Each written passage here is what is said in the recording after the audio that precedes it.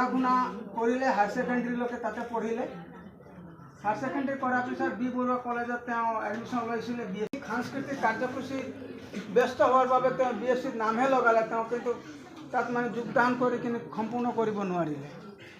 তাৰপিছত তেওঁ কিহত গ'ল, তেওঁ এই সাংস্কৃতিক জগতত গ'ল আৰু তেওঁ মোক দেখা গৈছে যে তেওঁ অভিনেতা পৰা লৈ গায়কৰ পৰা লৈ মানে আইকন, তেওঁ লেজেণ্ড এতিয়া হৈ থাকিলে ভূপেন হাজৰিকা।